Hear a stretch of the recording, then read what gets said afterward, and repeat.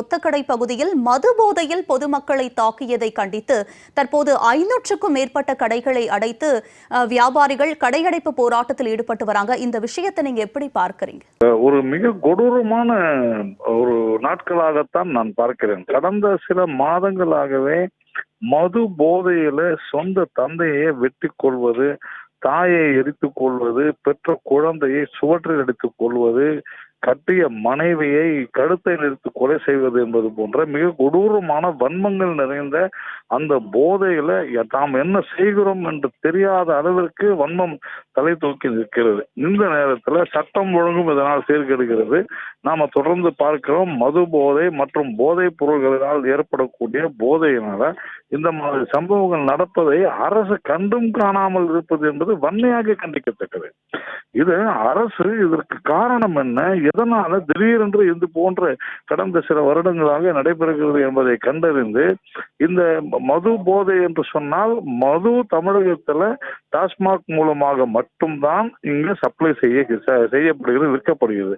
அப்படி என்றால் அதிக போதை தருகிற மதுவை ஏன் இந்த நிறுவனங்கள் தயாரிக்கின்றன, தரம் சரியாக இல்லையா என்பதை கண்டறிய வேண்டும்.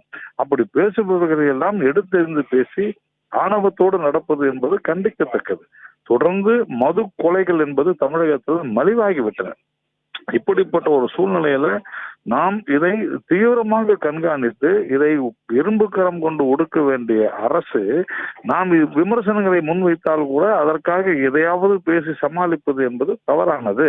அதனால உடனடியாக இந்த மது போதை அல்லது போதைப் பொருட்களுடைய விற்பனையை யார் செய்கிறார்கள், எங்கிருந்து வருகிறது என்பதை கண்டுபிடித்து கடும் நடவடிக்கை எடுக்க வேண்டும். மது போதை என்பது இது சமீப காலங்கள்ல அதிகமாகி வருகிறது.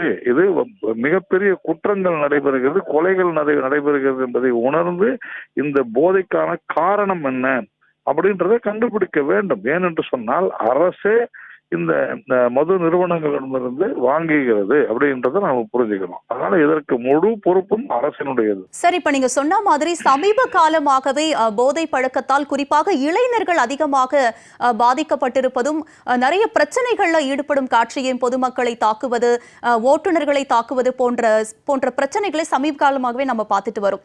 இந்த நிலையில் ஒத்தக்கடை பகுதியில் பொதுமக்கள் ஒரு அச்சத்துடனேயே வாழ வேண்டிய ஒரு நிலை உள்ளதாக பொதுமக்கள் ஒரு குற்றச்சாட்டையும் முன்வைத்திருக்கிறார்கள். இந்த விஷயத்தை நீங்க எப்படி பார்க்கறீங்க? இது போல நடந்திருப்பது துரதிருஷ்டவசமானது, உறுதியாக கண்டிக்கத்தக்கது.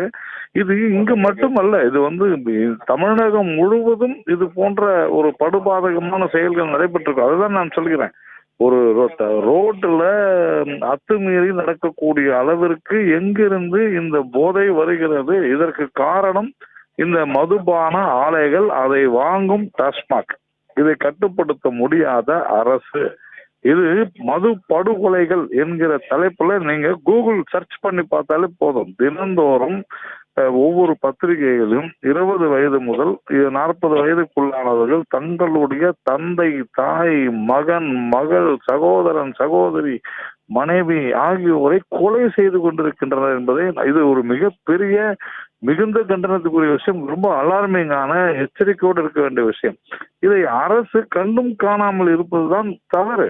இதை நாம சொல்லும் பொழுது ஏதோ எதிர்கட்சி சொல்வதாக நினைக்கிறார்கள். ஆனால் ஒவ்வொரு குடிமகனும், நான் சொல்றது குடிக்கிறவங்க இல்ல, சிட்டிசன், ஒவ்வொரு குடிமகனும் பயந்து கொண்டு அச்சப்பட்டு கொண்டு இருக்கக்கூடிய ஒரு சூழ்நிலை தான் நிலவுகிறது. அரசாங்கம் இது குறித்து உறுதியாக கண்டிப்பாக இரும்பு கரம் கொண்டு நடவடிக்கை எடுக்க வேண்டியது காலத்தின் கட்டாயம். வெகு விரைவாக இதற்கான நடவடிக்கை எடுக்க வேண்டும். சார், இணைப்பில் உங்களுடைய கருத்துக்களை பகிர்ந்து கொண்டமைக்கு நன்றி சார்.